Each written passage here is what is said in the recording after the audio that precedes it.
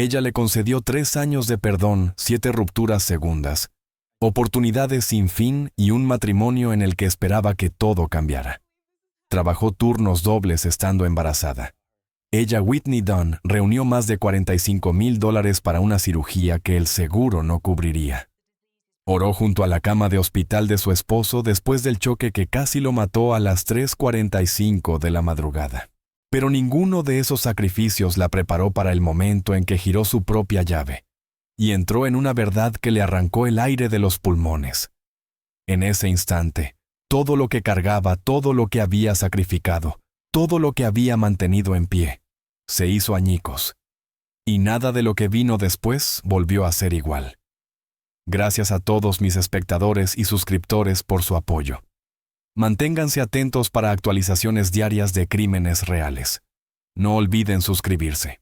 Whitney Dunn tenía 22 años cuando conoció a Nicholas O'Neill en abril de 2018. Estaba trabajando en el turno de tarde en el hospital como asistente de enfermería. La sala de emergencias estaba ocupada esa noche. Las ambulancias llegaban y se iban.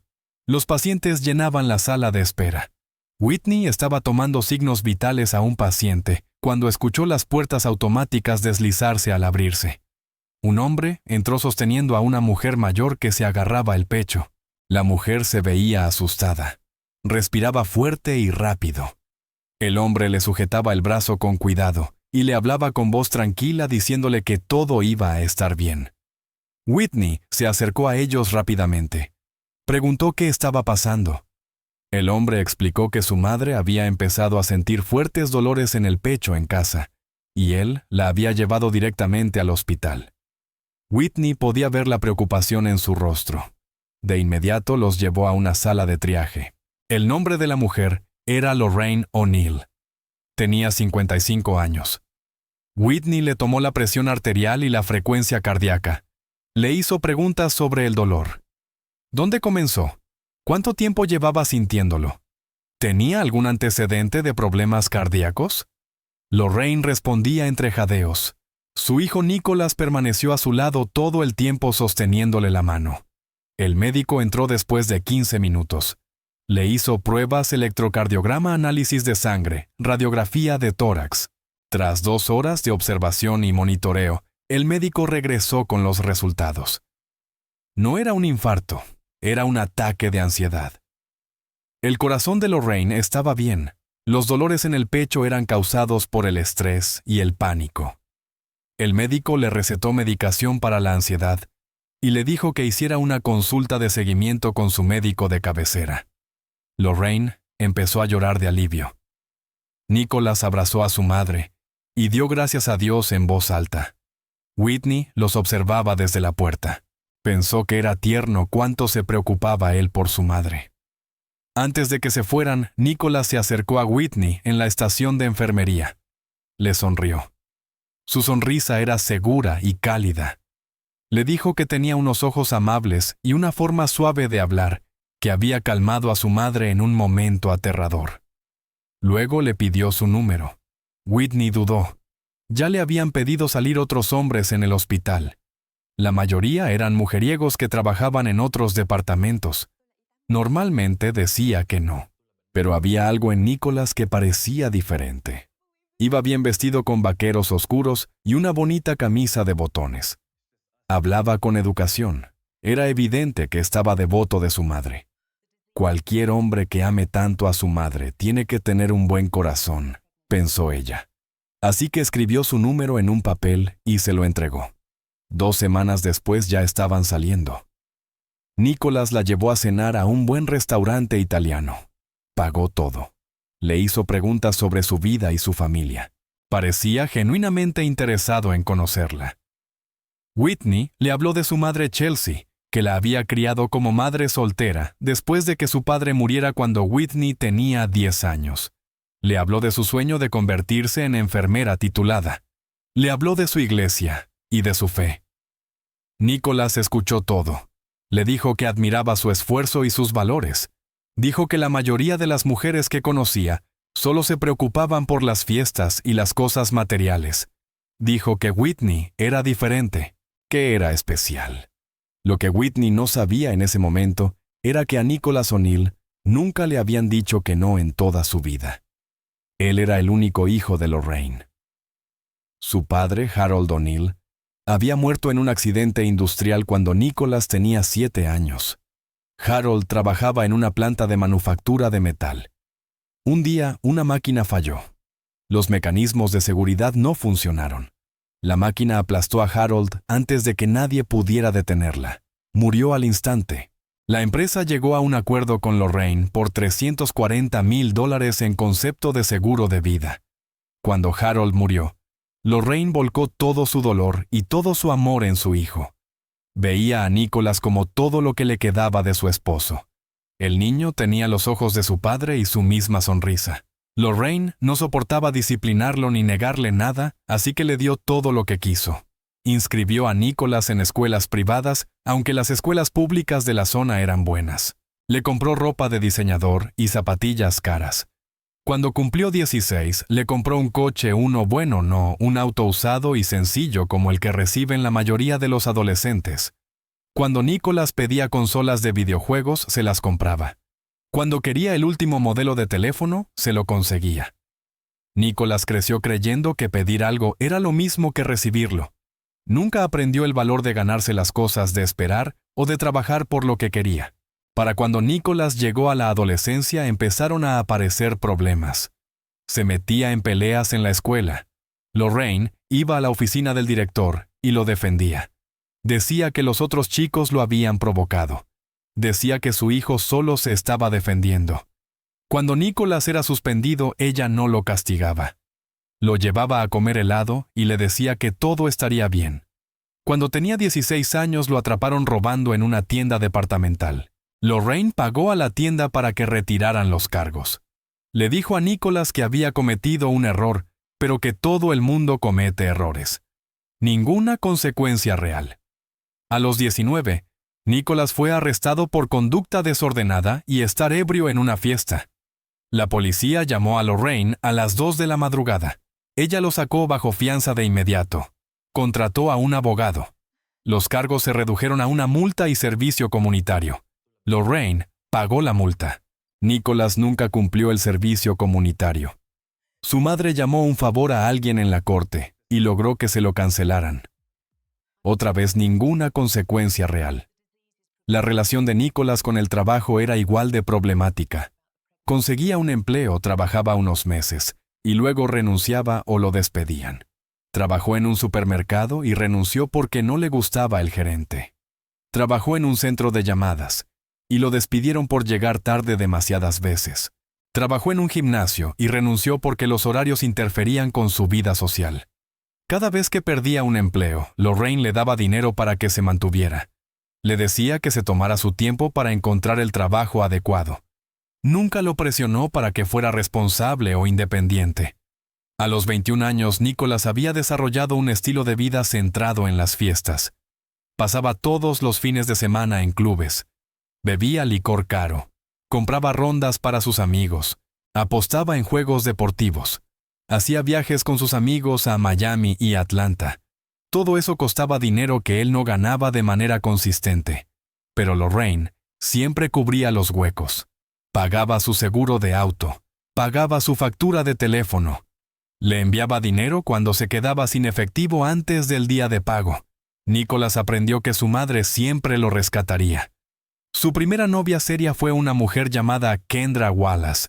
Ella tenía 20 años y trabajaba como cajera de banco.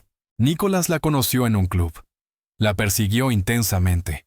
La llevaba a citas y le compraba regalos. Salieron durante 4 meses. Durante ese tiempo, Kendra empezó a notar cosas. Nicholas no tenía ahorros a pesar de trabajar. Vivía por encima de sus posibilidades. Salía constantemente. No hablaba de metas ni planes para el futuro. Pero el punto de quiebre llegó cuando Kendra descubrió que él le engañaba. Una amiga en común le envió capturas de pantalla de Nicholas, enviando mensajes a otra mujer. Los mensajes eran explícitos. Nicholas le decía a esa otra mujer que quería verla. Le enviaba dinero. Kendra confrontó a Nicholas en persona. Él lo negó al principio. Luego, cuando ella le mostró las pruebas, se enfadó. Dijo que Kendra estaba invadiendo su privacidad. Dijo que estaba siendo dramática. Dijo que solo eran conversaciones y no significaban nada. Kendra terminó con él en el acto. Publicó sobre ello en redes sociales llamándolo infiel y mentiroso. Lorraine vio la publicación, llamó a Kendra y le dijo que estaba equivocada por exponer a su hijo en público. Le dijo que Kendra no entendía a Nicholas. Dijo que los hombres jóvenes cometen errores y necesitan paciencia. Dijo que Kendra era demasiado inmadura para manejar una relación real. Kendra le respondió a Lorraine que su hijo era un hombre adulto que necesitaba asumir la responsabilidad por sus acciones. Lorraine colgó. Luego fue con Nicholas y lo consoló. Le dijo que Kendra no era la indicada. Le dijo que la mujer correcta lo entendería y tendría paciencia con él. Nicholas aprendió de eso que su madre siempre estaría de su lado sin importar lo que hiciera. El patrón quedó establecido. Nicholas hace algo malo. Lo descubren. Su madre lo defiende. Él no enfrenta consecuencias reales. Aprende que las mujeres son temporales, pero la protección de su madre es permanente. Ese patrón lo siguió en todas sus relaciones después de Kendra. Conocía a una mujer, la conquistaba, salían unos meses. Él le era infiel o le mentía. Lo descubrían, rompían, y él pasaba a la siguiente. Lorraine siempre estaba allí detrás facilitándolo y poniendo excusas. A diferencia de otras mujeres con las que había salido Nicholas, vio a Whitney como diferente. Ella era responsable. Tenía un trabajo estable. Estaba estudiando para avanzar en su carrera de enfermería. No iba a clubes ni bebía alcohol. Iba a la iglesia todos los domingos con su madre. Tenía metas y valores. Nicholas la vio como un desafío. También la vio como alguien que podía traer estabilidad a su vida. Su madre había estado presionándolo para que se asentara. Quería nietos. Quería ver a su hijo casado antes de hacerse demasiado mayor. Nicholas pensó que Whitney podría ser la mujer que haría feliz a su madre. Los primeros 6 meses de la relación parecían perfectos para Whitney. Nicholas era atento y romántico. La llevaba a buenos restaurantes y pagaba todo. Whitney no sabía que su madre financiaba la mayoría de esas citas. Él hablaba de querer ser un mejor hombre. Decía que conocer a Whitney lo hacía querer cambiar. Hablaba de matrimonio y de tener hijos algún día. Le decía que ella era diferente de las demás mujeres con las que había salido, que era especial, que era el tipo de mujer con la que un hombre se casa. Whitney se enamoró. Vio su devoción por su madre y pensó que era una buena señal. Creía que cualquier hombre que amara tanto a su madre sería un buen esposo y un buen padre. Nicholas conoció a Chelsea, la madre de Whitney, en el 3er mes de relación. Chelsea fue educada pero reservada. Después de que Nicholas se fue ese día, Chelsea le preguntó a Whitney si estaba segura de ese hombre. Dijo que había algo en él que no le cuadraba. No podía explicarlo exactamente, solo intuición de madre. Whitney le dijo a su madre que estaba siendo sobreprotectora. Dijo que Nicholas era un buen hombre que estaba tratando de mejorar su vida. Al cumplir 3 meses de relación, comenzaron a aparecer pequeñas señales de alerta. Whitney notó que Nicholas nunca hablaba de sus finanzas. Cuando ella mencionaba ahorrar dinero o planear para el futuro, él cambiaba de tema. Notó que no tenía una cuenta de ahorros a pesar de trabajar tiempo completo. Cuando le preguntó al respecto, él dijo que su madre manejaba sus asuntos financieros. Whitney pensó que eso era extraño para un hombre de 24 años, pero no insistió. Se dijo a sí misma que cada familia era diferente. Al 5.º mes, aparecieron señales de alerta mayores. Una noche, Nicholas le dijo a Whitney que saldría con sus amigos Desmond y Travis. Dijo que irían a ver un partido en un sports bar. Le dijo que estaría en casa a medianoche. Whitney dijo que estaba bien. Se acostó alrededor de las 11:00. Despertó a las 2:00 de la madrugada, y Nicholas aún no había regresado. Lo llamó. El teléfono sonó, pero él no respondió. Le envió un mensaje preguntándole si estaba bien. No hubo respuesta. Lo llamó de nuevo a las 3:00. Nada. Empezó a entrar en pánico. ¿Y si le había pasado algo? Y si había tenido un accidente, Nicholas finalmente entró por la puerta a las 8:00 de la mañana. Whitney estaba sentada en el sofá esperándolo.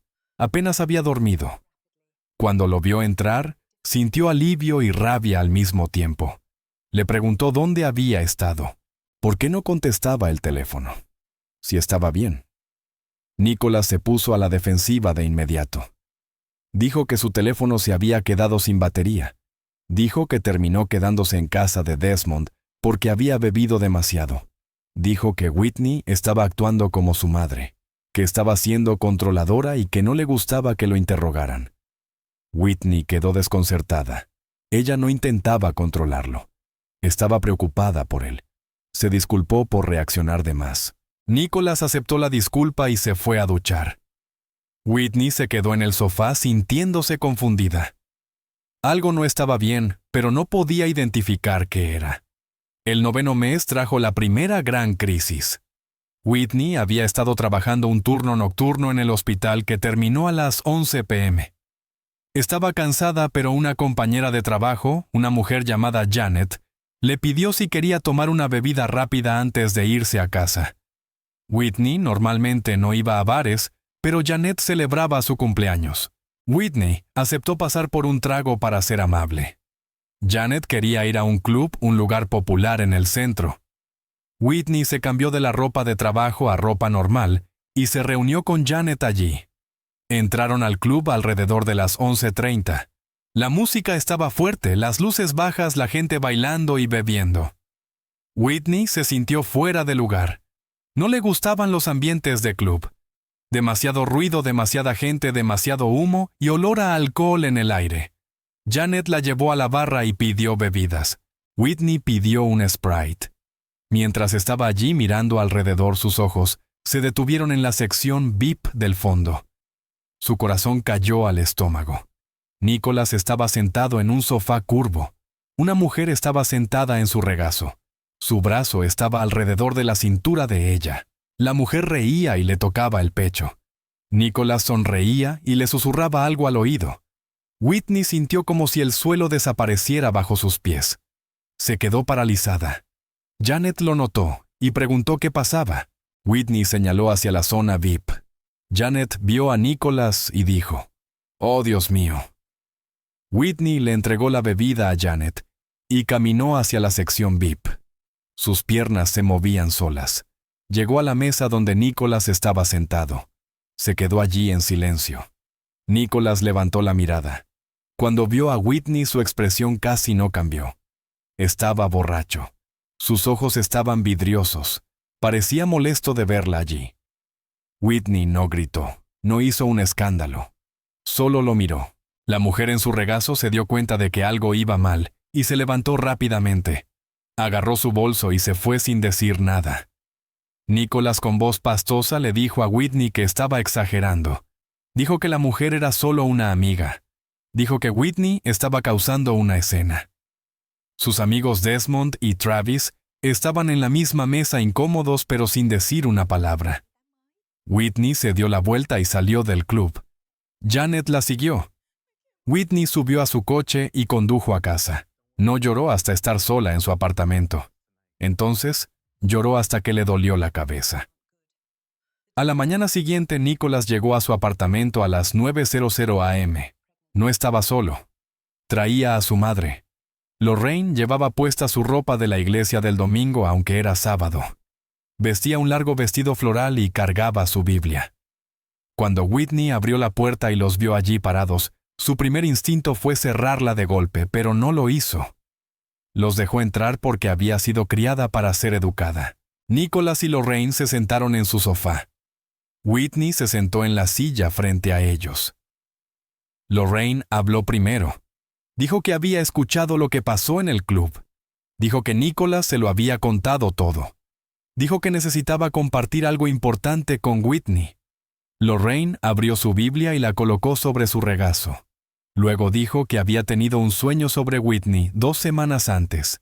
En el sueño Dios le mostró a Whitney y a Nicholas de pie en un altar casándose. Los vio con hijos. Los vio viejos y felices juntos. El sueño fue tan claro y tan poderoso que Lorraine despertó llorando. Sabía que era un mensaje de Dios. Sabía que Whitney era la mujer destinada a salvar a su hijo. Lorraine citó Proverbios 31 sobre la mujer virtuosa que permanece al lado de su esposo. Citó 1 Corintios 13, sobre el amor que todo lo soporta y todo lo espera. Dijo, Dios no se equivoca en sus visiones. Dijo, todo gran hombre necesita una mujer fuerte que lo ayude a convertirse en quien está destinado a ser. Ella dijo que Nicholas estaba pasando por una etapa de crecimiento y que necesitaba la paciencia y la fe de Whitney. Dijo que si Whitney se alejaba ahora, estaría alejándose del plan de Dios. Whitney se quedó allí escuchando y sintiendo cómo su determinación empezaba a debilitarse. Ella había sido criada en la iglesia. Su madre Chelsea era una cristiana devota que le enseñó a confiar en Dios y creer en sus planes. Whitney creía en la profecía. Creía que Dios hablaba a las personas a través de los sueños. Si Lorraine, una mujer respetada dentro de la iglesia, decía que Dios le había mostrado esa visión, ¿quién era Whitney para rechazarla? Y si dejaba a Nicholas, y luego descubría que había renunciado al hombre que Dios había elegido para ella. Nicholas estaba sentado junto a su madre llorando. Se disculpó entre lágrimas. Dijo que la mujer del club no significaba nada. Dijo que estaba borracho y cometió un terrible error. Dijo que amaba a Whitney. Dijo que quería ser mejor para ella. Le rogó otra oportunidad. Le prometió sobre la tumba de su padre que nunca volvería a ocurrir. Whitney se sintió dividida. Una parte de ella quería decirles a ambos que se fueran y no regresaran jamás, pero otra parte escuchaba las palabras de Lorraine resonando en su mente. Dios me mostró que ustedes dos se casaban. Estás destinada a salvarlo. No renuncies al plan de Dios. Después de que se fueron, Whitney llamó a su madre. Le contó a Chelsea todo lo que había pasado. Le contó la infidelidad de Nicholas y el sueño de Lorraine. Chelsea guardó silencio por un largo momento. Luego dijo, los sueños no siempre vienen de Dios. Dijo, a veces la gente usa el nombre de Dios para manipular a otros y hacer que hagan lo que ellos quieren. Dijo que Whitney debía escuchar a su intuición. Si algo se siente mal, probablemente esté mal. Whitney agradeció a su madre, pero no siguió el consejo. Pasó 2 semanas orando dudando y yendo de un lado a otro. Finalmente llamó a Nicholas y le dijo que le daría otra oportunidad, pero que sería la última. Nicholas volvió a prometerle que había cambiado. Durante los siguientes meses, se comportó lo mejor que pudo. Llegaba a casa a tiempo. Contestaba su teléfono. Dejó de ir tanto a los clubes. Whitney comenzó a relajarse. Pensó que quizá Lorraine tenía razón. Tal vez aquel incidente en el club había sido tocar fondo y ahora Nicholas crecería a partir de eso. Tal vez el sueño era real. Tal vez Dios estaba poniendo a prueba su fe y ella había pasado la prueba quedándose. Pero la calma no duró mucho. El mes 14 de su relación trajo otra crisis. Nicholas pidió a Whitney que le prestara $2,000.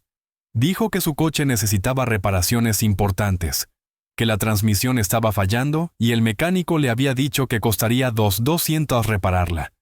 Nicholas dijo que no tenía suficiente dinero y preguntó si Whitney podía ayudarlo. Whitney había estado ahorrando en una cuenta para emergencias. Tenía unos $4,000. No quería darle el dinero, pero era su novio y él la necesitaba. Le transfirió los $2,000.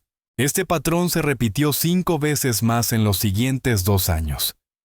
Cada vez que Nicholas hacía algo mal. Cada vez que Whitney trataba de dejarlo. Cada vez Lorraine intervenía con sueños y versículos. Y cada vez Whitney lo aceptaba de nuevo. Mes 18. Whitney encontró mensajes para 3 mujeres diferentes en su teléfono. Mes 21. Nicholas perdió su trabajo y mintió durante 6 semanas fingiendo ir a trabajar todos los días.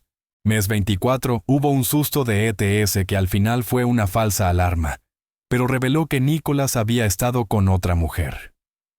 Mes 28. Whitney lo sorprendió saliendo del apartamento de otra mujer a las 2:00 de la madrugada. Mes 33. Nicholas vació la cuenta de ahorros conjunta $4,800 para hacer un viaje a Miami con sus amigos sin pedirle permiso. Su mejor amiga Abigail Warren trató de intervenir múltiples veces. Abigail conocía a Whitney desde la secundaria. Era directa y protectora. Después de la segunda ruptura, Abigail le dijo a Whitney que Nicholas era un niño y que Lorraine la estaba manipulando. Después de la quinta ruptura, Abigail dejó de ser amable. Le dijo que Nicholas iba a destruirla y que su madre le estaba dando las herramientas para hacerlo. Whitney dejó de confiar tanto en Abigail después de eso. Creó distancia en su amistad porque las palabras de Abigail la hacían sentir juzgada. Pero en el fondo, Whitney sabía que Abigail tenía razón en todo. El problema era que admitirlo significaba reconocer que había perdido 3 años de su vida. Significaba admitir que los sueños de Lorraine quizá no venían de Dios. Significaba admitir que todos los que la advirtieron tenían razón y ella estaba equivocada. Ese tipo de admisión era imposible para ella. Así que Whitney siguió teniendo esperanza, siguió orando, siguió creyendo que la próxima vez sería diferente. En enero de 2023, mes 36 de su relación, Nicholas le pidió matrimonio. No lo hizo en privado. Lo hizo en la iglesia durante el servicio del domingo. Era el momento de testimonios cuando los miembros de la congregación podían compartir lo que Dios estaba haciendo en sus vidas. Nicholas caminó hacia el frente con un micrófono. Llamó a Whitney para que se uniera a él. El corazón de Whitney latía con fuerza mientras caminaba hacia el altar. No tenía idea de lo que estaba por suceder. Nicholas se arrodilló frente a toda la congregación. Sacó un anillo y dijo que Whitney era la mujer que Dios había creado para él.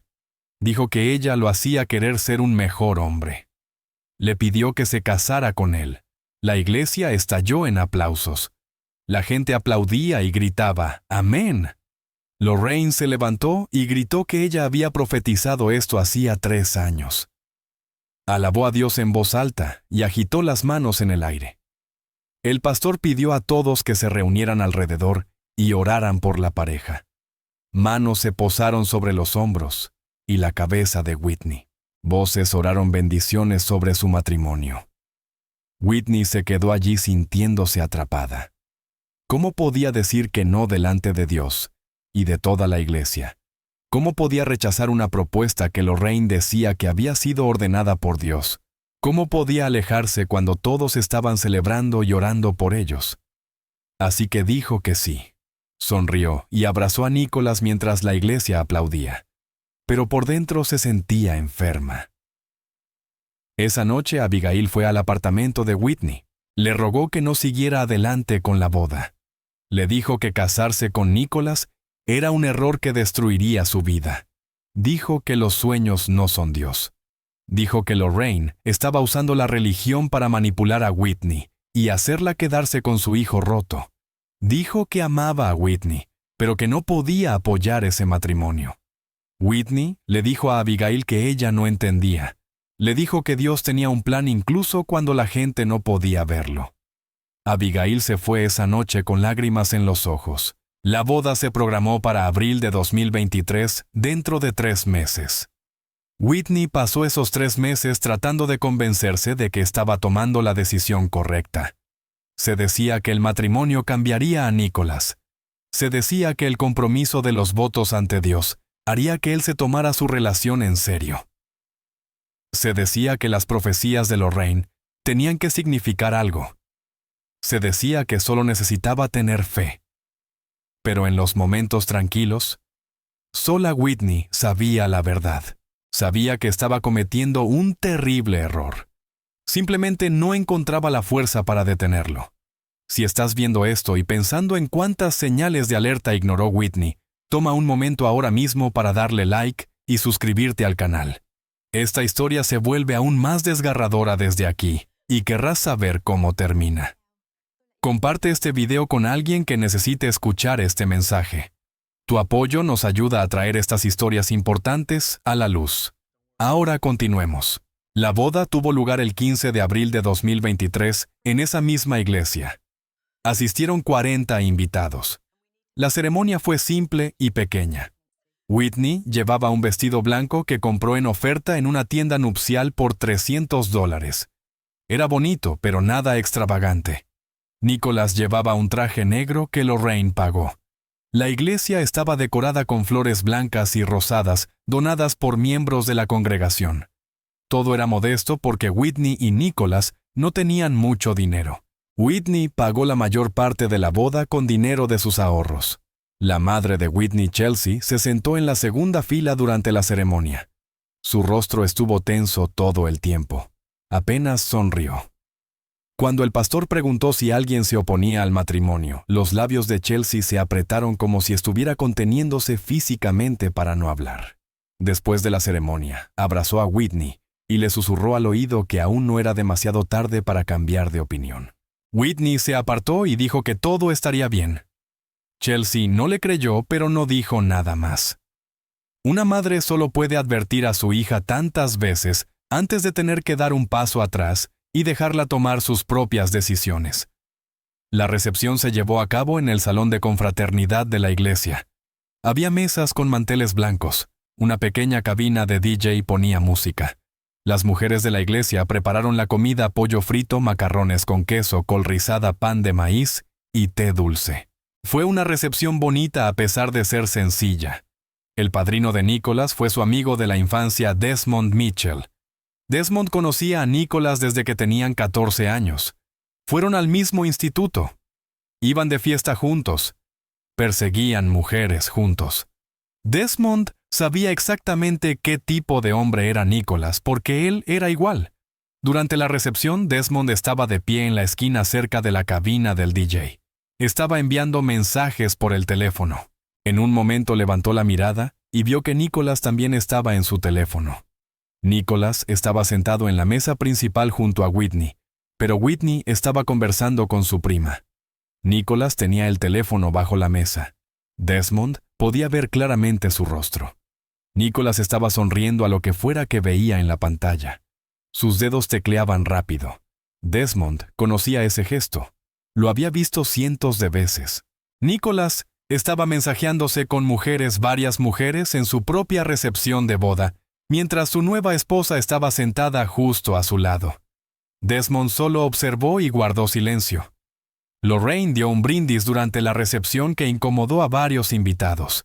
Se puso de pie con una copa de champán. Golpeó el vaso con un tenedor para llamar la atención. La sala se quedó en silencio. Lorraine sonrió ampliamente y dijo que quería agradecer a Dios por ese hermoso día. Dijo que su hijo había encontrado a su mujer de Proverbios 31. Dijo que la visión de Dios se había cumplido exactamente como Él se la mostró 3 años atrás. Dijo que supo desde el momento en que conoció a Whitney que esa joven había sido enviada por Dios para salvar a su hijo. Dijo que Nicholas estaba bendecido más allá de toda medida por tener una mujer de tanta fe y devoción. Whitney sonrió, pero por dentro se sintió incómoda. La forma en que Lorraine hablaba de ella no se sentía como un cumplido. Se sentía como una asignación, como si el trabajo de Whitney fuera arreglar a Nicholas no ser amada por él. Como si Whitney existiera para cumplir un propósito en la vida de Nicholas en lugar de ser valorada como persona. Pero Whitney reprimió esos sentimientos. Todos aplaudieron cuando Lorraine terminó su brindis. El DJ puso música de nuevo. La gente volvió a comer y bailar. Whitney trató de disfrutar su día de boda, pero algo no se sentía bien. Esa noche, Whitney y Nicholas fueron a un hotel para su noche de bodas. Lorraine había pagado una habitación bonita en un hotel del centro como regalo. Cuando llegaron a la habitación, Nicholas encendió la televisión de inmediato para ver los resúmenes deportivos. Whitney se cambió a la lencería que había comprado para esa noche. Salió del baño sintiéndose nerviosa y emocionada. Se suponía que ese momento debía ser especial. Pero Nicholas apenas la miró. Dijo que estaba cansado y preguntó si podían simplemente dormir. Whitney se sintió herida pero no dijo nada. Se cambió a pijamas y se metió en la cama. Nicholas se quedó dormido en cuestión de minutos.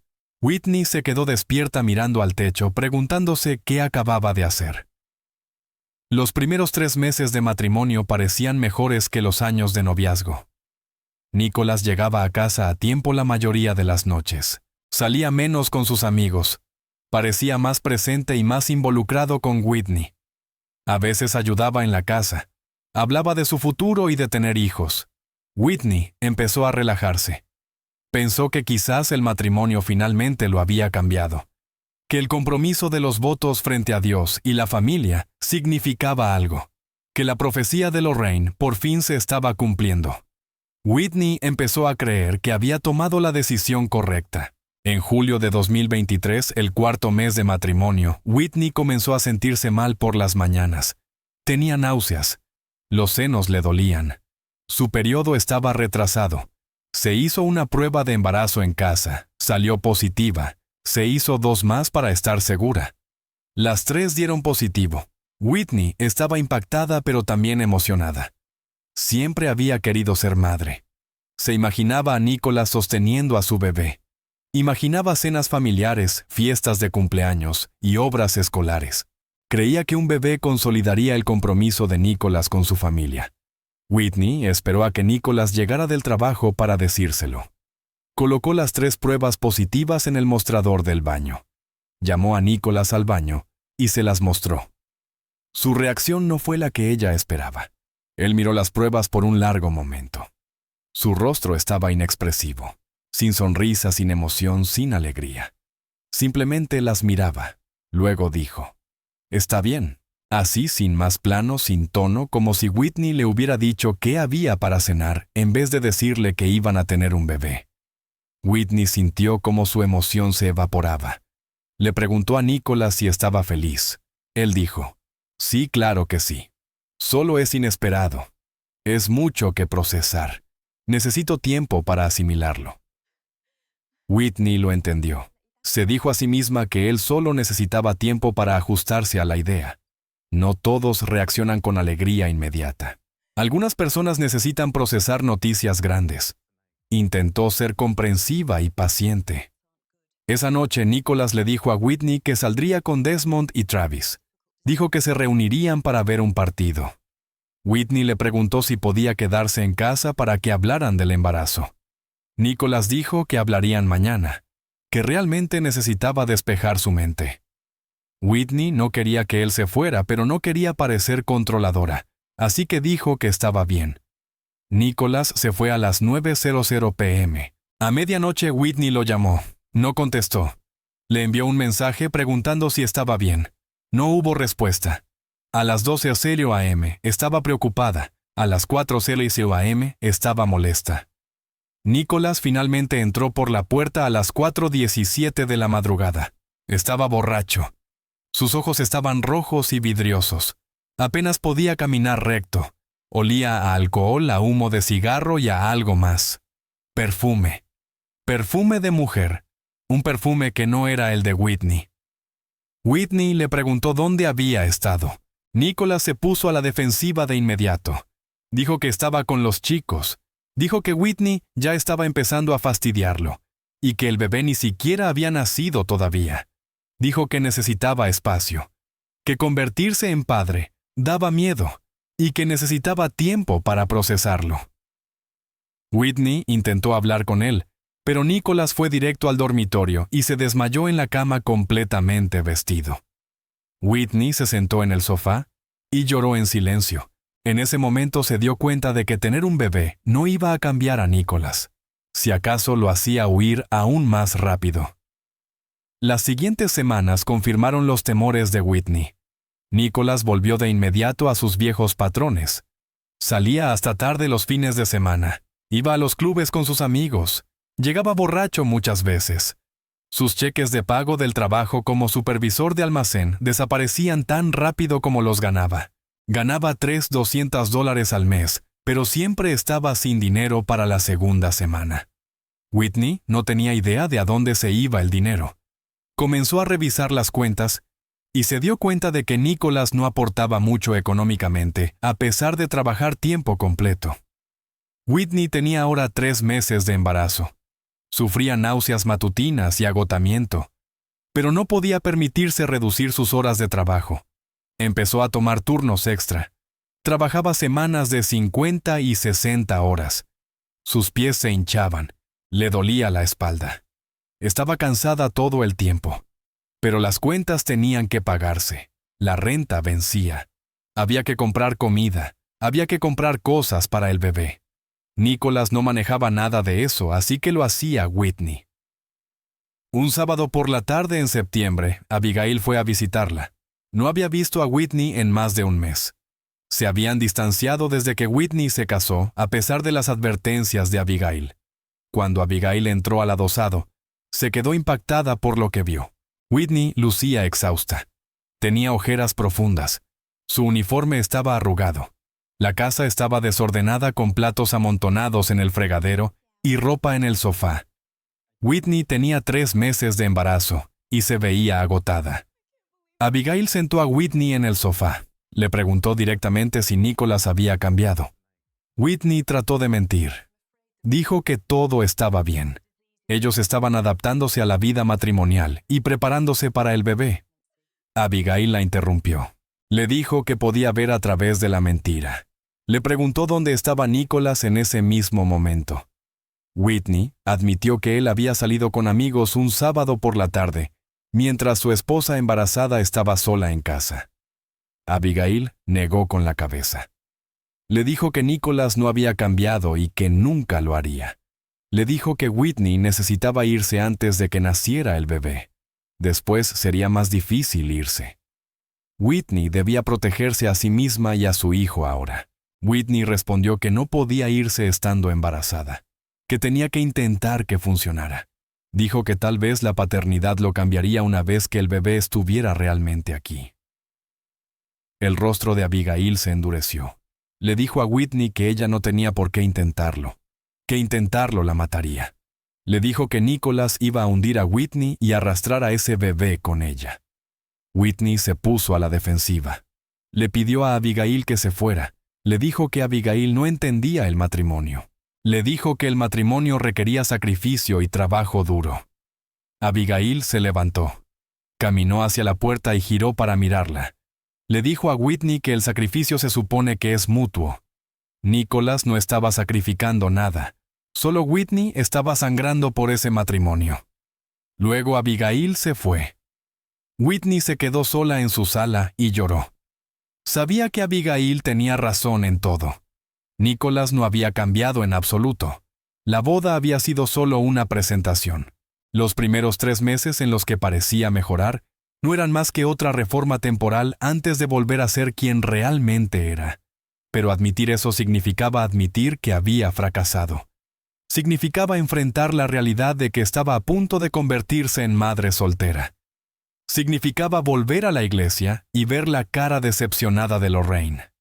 Significaba escuchar a todos decir, «Te lo dije».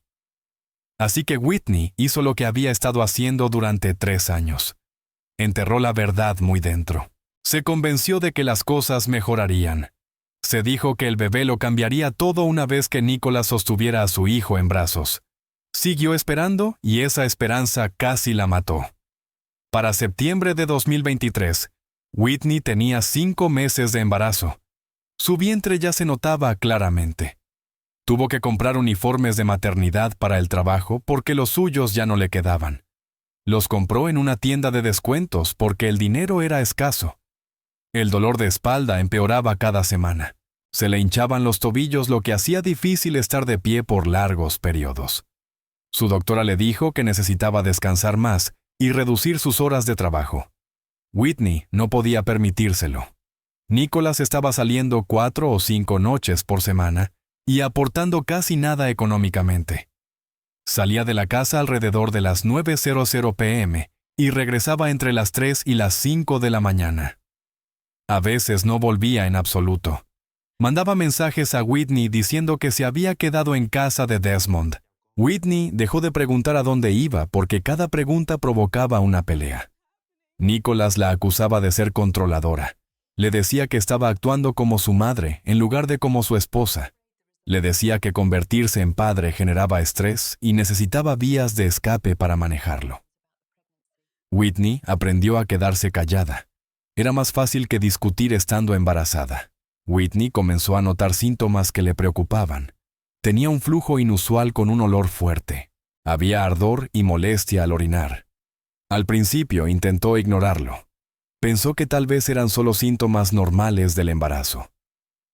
El libro de embarazo que estaba leyendo mencionaba todo tipo de cambios en el cuerpo de la mujer. Pero después de 2 semanas los síntomas empeoraron en lugar de mejorar. El olor se intensificó. La molestia aumentó. Whitney sabía que algo estaba mal. Pidió una cita con su obstetra, la doctora Lisa Reynolds. La cita fue un martes por la tarde a finales de septiembre. Whitney pidió mediodía libre en el trabajo. Odiaba pedir tiempo porque significaba menos dinero en su cheque de pago. Pero esto no podía esperar. Condujo hasta el consultorio médico y se registró. Después de una breve espera, una enfermera la llamó por su nombre. Whitney siguió a la enfermera a una sala de examen.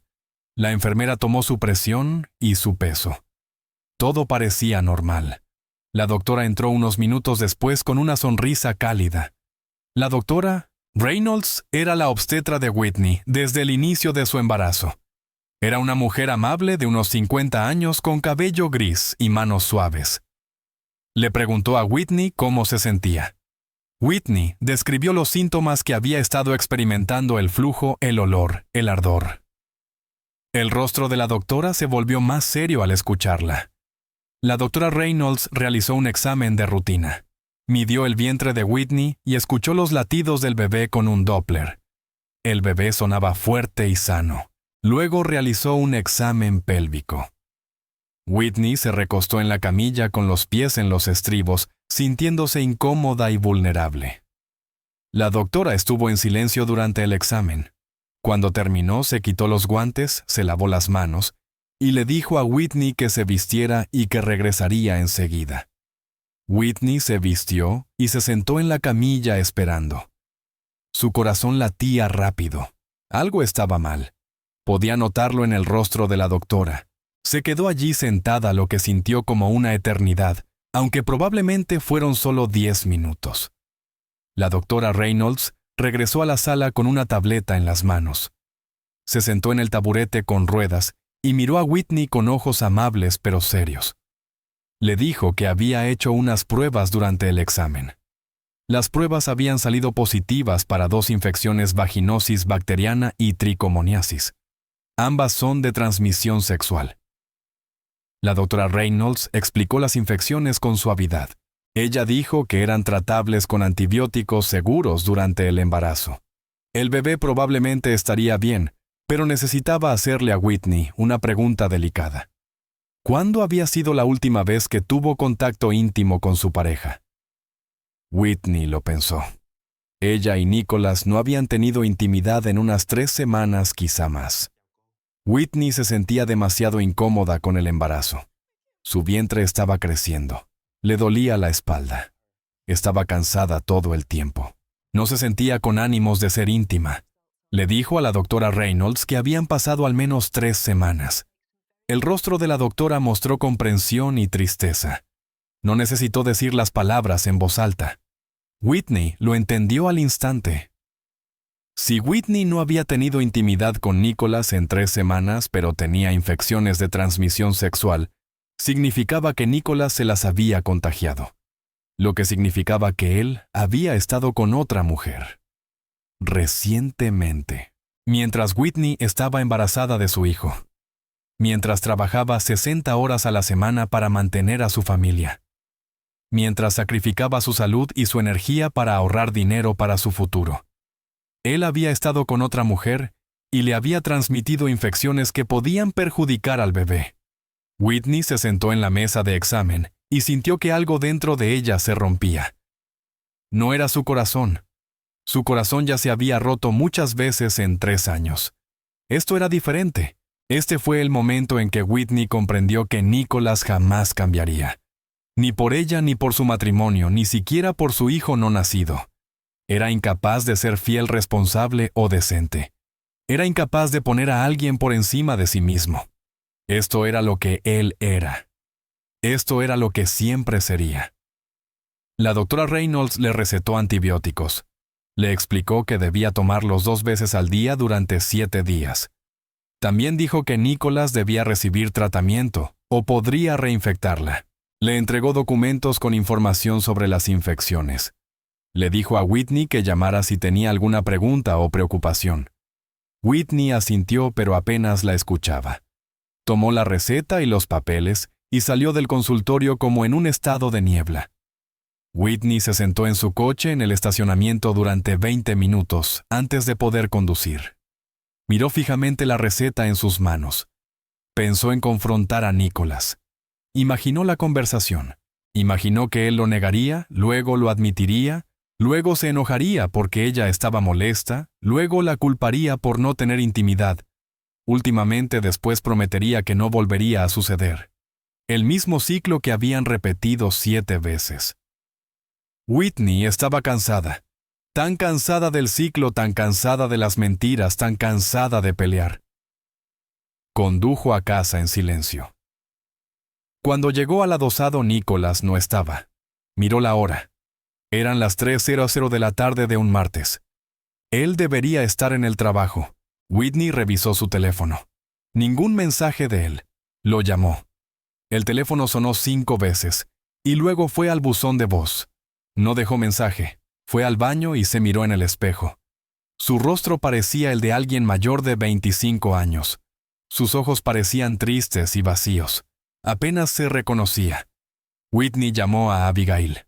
Le temblaban las manos mientras marcaba. Abigail contestó al segundo timbrazo. La voz de Whitney se quebró mientras le contaba lo que había pasado. Le habló de la cita con la doctora de las infecciones, de lo que significaban. Abigail guardó silencio un momento. Luego dijo que Whitney tenía que irse ese mismo día de inmediato. Dijo que Whitney podía quedarse con ella, que juntas resolverían todo. Abigail la ayudaría. Pero Whitney dijo que no podía, no estando embarazada. Dijo que se iría después de que naciera el bebé, que solo necesitaba superar el embarazo. Luego decidiría qué hacer. Abigail le rogó que se fuera ya. Le dijo que Nicholas solo empeoraría. Le dijo que quedarse era peligroso para Whitney y para el bebé. Pero Whitney ya había tomado una decisión. Dijo que se quedaría hasta que naciera el bebé. Después reevaluaría todo. La verdad era que Whitney se sentía atrapada. Estaba de 5 meses de embarazo sin un lugar a donde ir. Su madre Chelsea vivía en un pequeño apartamento de una habitación y también tenía problemas económicos. Chelsea trabajaba como asistente de salud en el hogar, ganando apenas lo suficiente para cubrir sus propios gastos. Whitney no podía cargar a su madre con sus problemas. La oferta de Abigail era generosa, pero Whitney no quería ser una carga para su amiga. El adosado estaba a nombre de Nicholas. Si Whitney se iba, no tendría nada. Intentaba ahorrar dinero, pero cada dólar extra se iba en cosas del bebé, facturas médicas y gastos del hogar. Whitney se sentía atrapada económicamente, atrapada emocionalmente por 3 años de manipulación de Lorraine, atrapada espiritualmente por la creencia de que Dios quería que soportara esa prueba, atrapada por la vergüenza de admitir que todos tenían razón sobre Nicholas, atrapada por el miedo a ser madre soltera. Todas estas trampas la mantenían allí. Whitney surtió la receta esa misma tarde. Comenzó a tomar los antibióticos. Trató las infecciones en silencio durante las siguientes 2 semanas. Los medicamentos funcionaron. Los síntomas desaparecieron. La molestia se fue. Nunca confrontó a Nicholas. Tenía miedo de que el estrés afectara al bebé. Miedo de su reacción. Miedo de admitir en voz alta que él seguía engañándola mientras ella estaba embarazada. Así que tragó el dolor. Enterró la verdad en lo más profundo. Siguió trabajando. Siguió orando.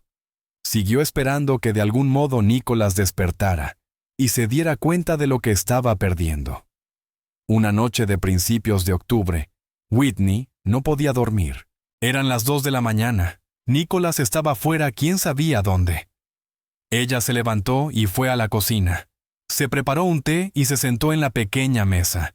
Sacó un diario que había estado escribiendo desde el inicio de su embarazo. Su terapeuta de la iglesia le había sugerido llevar un diario como una forma de procesar sus emociones. Whitney abrió el cuaderno y empezó a escribir. Escribió sobre las infecciones. Escribió sobre cómo Nicholas le había dado algo que podía haber dañado a su bebé. Escribió sobre sentirse atrapada y sin esperanza. Escribió sobre saber que debía irse, pero estar demasiado asustada para hacerlo. Y luego escribió algo que revelaba todo sobre su estado mental. Escribió: Él me contagió una infección mientras llevo en mi vientre a su hijo mientras trabajo hasta la extenuación para mantenernos. Debería irme, lo sé. Todos me han dicho que me vaya, pero ¿y si me voy justo antes de que él finalmente cambie? ¿Y si renuncio justo antes del milagro de Dios? Lorraine dijo.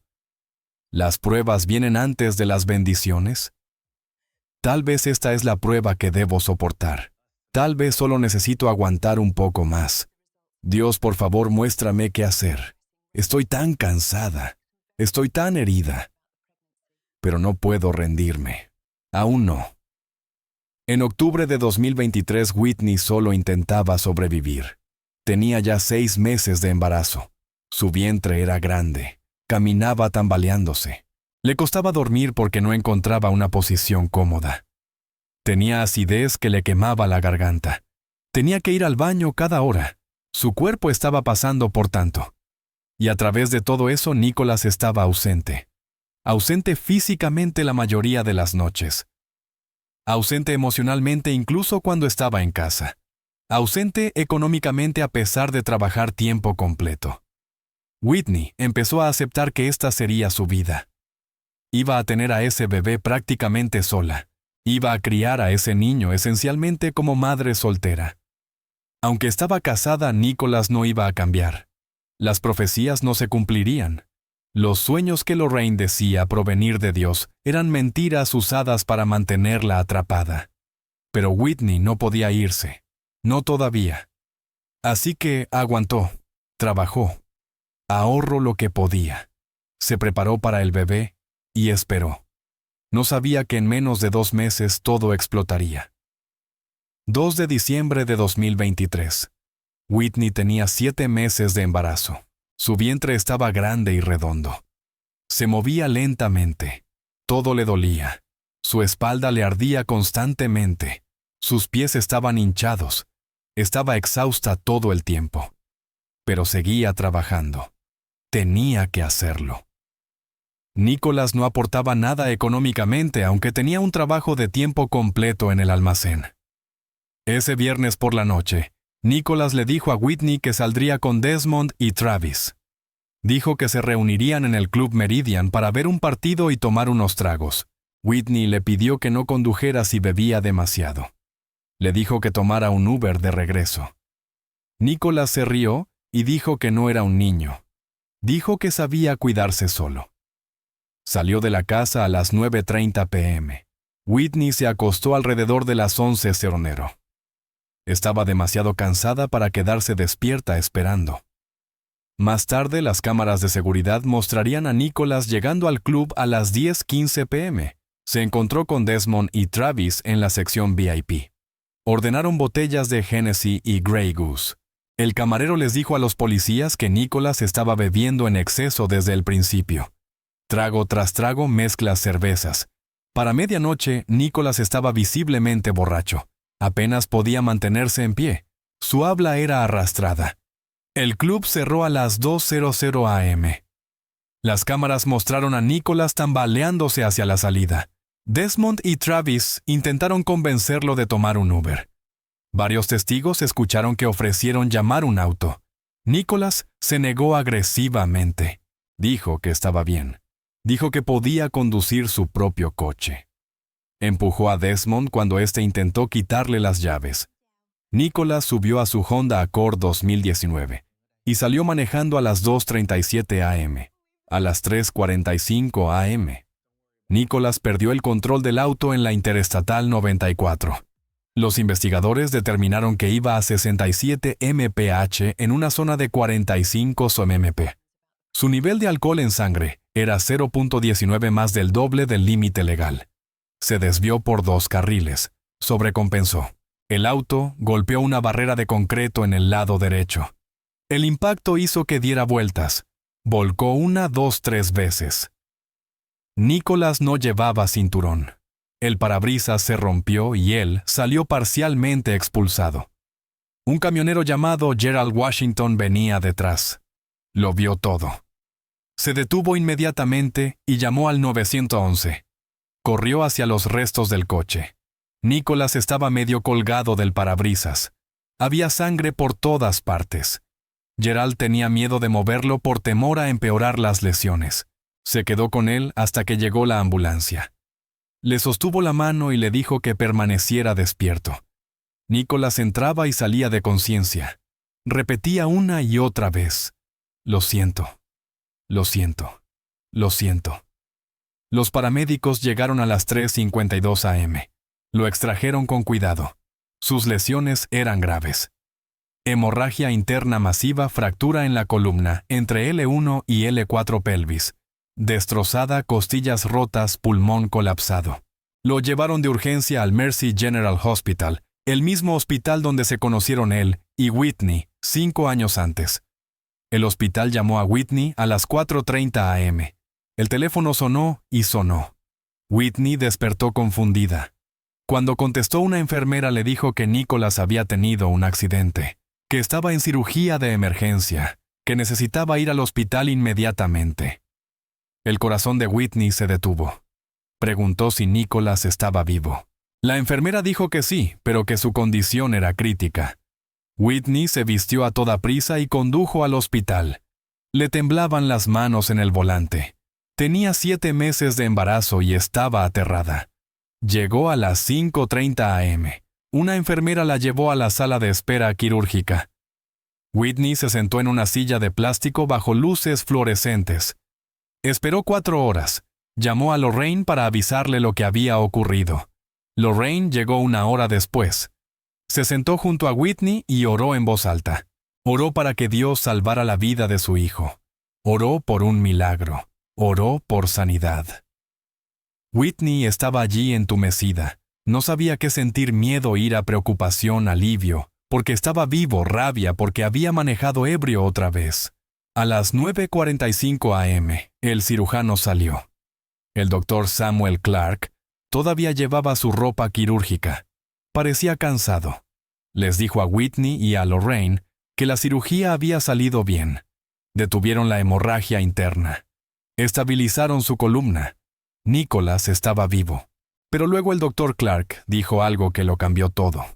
Dijo que Nicholas tenía daño severo en la médula espinal. Las fracturas en su columna baja habían aplastado la médula. Nunca volvería a caminar sin una cirugía especializada que tenía solo un 40% de probabilidad de éxito. Whitney preguntó por la cirugía. El doctor Clark explicó que era un procedimiento altamente complejo. Involucraba reconstrucción de la médula y injertos nerviosos. Solo unos pocos cirujanos en el país la realizaban. El costo era de $45,200 y el seguro no lo cubría porque se consideraba experimental. Además, como Nicholas estaba conduciendo ebrio cuando ocurrió el accidente, su seguro negó cobertura para cualquier cosa más allá del tratamiento de emergencia para salvar la vida. Whitney sintió que el piso desaparecía bajo sus pies. $45,000. ¿De dónde sacaría $45,000? Ella era asistente de enfermería y ganaba $32,000 al año. Tenía unos $18,000 en ahorros que había juntado durante años. Nicholas no tenía nada. Ella ya lo sabía, pero aún así tuvo que preguntarle. 2 semanas después, Nicholas volvió a casa desde el hospital.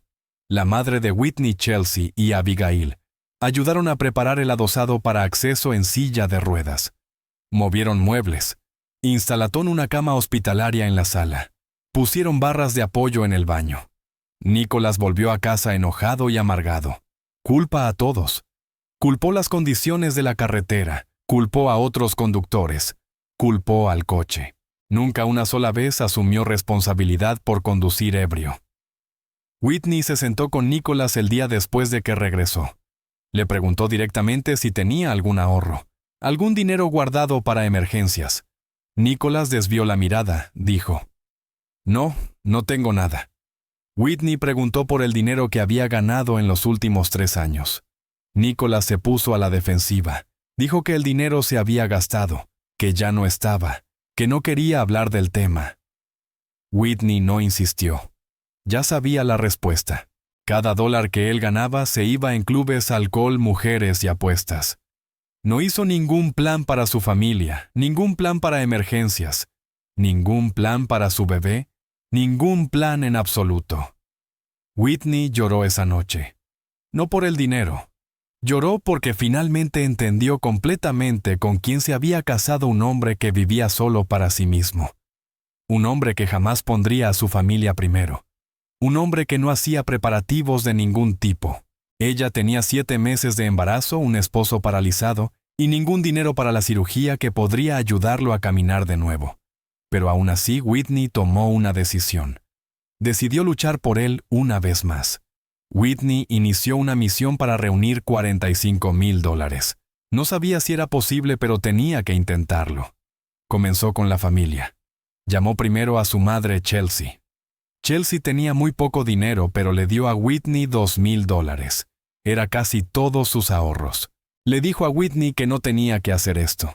Le dijo que Nicholas no merecía su sacrificio. Pero Whitney dijo que había hecho un voto ante Dios, en lo bueno y en lo malo. Y esto era lo peor. Debía honrar sus votos. Whitney llamó a la madre de Nicholas, Lorraine. Lorraine lloró por teléfono y prometió ayudar. Dijo que Dios proveería. Dijo que lo había visto en un sueño y que Dios le mostró que el dinero llegaría. Whitney preguntó cuánto podía contribuir Lorraine. Lorraine dijo que podía dar $800. Eso era todo lo que tenía. Whitney se quedó sorprendida. $800. Lorraine pasó años diciéndole a Whitney que haría cualquier cosa por su hijo. Pero cuando realmente llegó el momento de ayudar, tenía $800.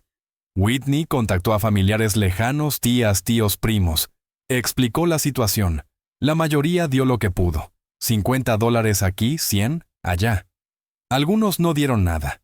Algunos dijeron que Nicholas se había buscado esto por beber y conducir, que debía enfrentar las consecuencias de sus decisiones. Whitney entendió su punto de vista, pero dolía escucharlo. Tras 2 semanas de pedir ayuda a la familia Whitney, reunió $12,000. Whitney creó una página en GoFundMe. Escribió la historia con cuidado. Explicó que su esposo había sufrido un accidente y necesitaba cirugía para volver a caminar. Explicó que tenían un bebé en camino. Publicó fotos de Nicholas en el hospital. Compartió la página en redes sociales. Le pidió a todos que la compartieran. La página se volvió viral en su comunidad local. Personas que conocían a Nicholas de la iglesia donaron. Personas que trabajaban con Whitney en el hospital donaron. Extraños donaron. El GoFundMe recaudó $5,200 en 3 semanas. Whitney ya tenía $17,200. Agregó sus propios ahorros de $18,000. Eso elevó el total a $35,200. Aún le faltaban $10,000. Ella necesitaba encontrar otra manera. Así que Whitney hizo lo único que sabía hacer: trabajar. Tomó cada turno extra disponible en el hospital. Trabajó turnos de 12 horas, a veces turnos de 16 horas. Trabajó turnos nocturnos cuando pagaban un diferencial más alto. Trabajó fines de semana y días festivos. Whitney tenía ahora 8 meses de embarazo y trabajaba entre 60 y 70 horas por semana. Su cuerpo gritaba de dolor. Sus pies estaban tan hinchados que apenas podía meterlos en los zapatos. Le dolía tanto la espalda que tenía que sentarse cada vez que podía. Se saltaba comidas para ahorrar dinero. Comía una barra de granola y lo llamaba almuerzo. Bebía agua en lugar de comprar cualquier otra cosa. Cada dólar iba al fondo de la cirugía. Sus compañeras de hospital se dieron cuenta. Una enfermera llamada Rebecca Torres la apartó un día y le preguntó si estaba bien. Whitney dijo que sí. Rebecca dijo que no lo parecía. Dijo que Whitney se veía exhausta y enferma. Dijo que trabajar tanto estando embarazada era peligroso. Whitney agradeció su preocupación, pero dijo que no tenía elección. Necesitaba el dinero. Rebecca la abrazó y le pidió que por favor tuviera cuidado. Después de 6 semanas de esta rutina, Whitney por fin tenía lo suficiente $45,000. Lloró cuando vio la cantidad final en su cuenta. Lo había logrado. Casi se había matado trabajando, pero lo logró. Tenía 8 meses de embarazo. El bebé iba a nacer en 3 semanas, pero el dinero para la cirugía estaba listo. Podía programar el procedimiento de Nicholas para después del nacimiento. Whitney tomó una decisión sobre dónde guardar el dinero. Transfirió los $45,000 a la cuenta bancaria de Nicholas. Lo hizo por una razón específica. Tenía miedo de que si el dinero se quedaba en su cuenta, pudiera gastarlo por accidente, en facturas de la casa o cosas del bebé. Siempre surgían gastos. El calentador de agua se dañó el coche, necesitaba cambio de aceite. Había que comprar pañales y ropa. Whitney temía tocar el fondo de cirugía por necesidad, así que prefirió ponerlo en la cuenta de Nicholas donde estaría separado e intocable. Abigail llamó a Whitney después de que hizo la transferencia. Whitney le contó lo que había hecho. Abigail dijo que era un error. Dijo que Whitney debía haber dejado el dinero en su propia cuenta. Dijo que Nicholas no era de fiar. Whitney respondió que Nicholas estaba paralizado y atrapado en casa. ¿Dónde lo gastaría? ¿Cómo podría siquiera acceder a él? Abigail no tuvo respuesta, pero su intuición le decía que algo estaba mal. Le rogó a Whitney que transfiriera el dinero de vuelta. Whitney dijo que no. El dinero estaba seguro. Nicholas no lo tocaría. Él sabía que era para su cirugía. Whitney le dijo a Nicholas que el dinero estaba listo. Se sentó junto a su silla de ruedas en la sala y le mostró la cuenta bancaria en su teléfono. $45,000. Nicholas miró la pantalla. Luego miró a Whitney. Le dijo, gracias. Dijo que no la merecía. Dijo que cuando pudiera volver a caminar sería un mejor esposo, un mejor padre, un mejor hombre. Que cambiaría. Whitney quería creerle. Necesitaba creerle. Así que lo hizo. No tenía idea de que Nicholas estaba a punto de hacerle lo peor que jamás le había hecho.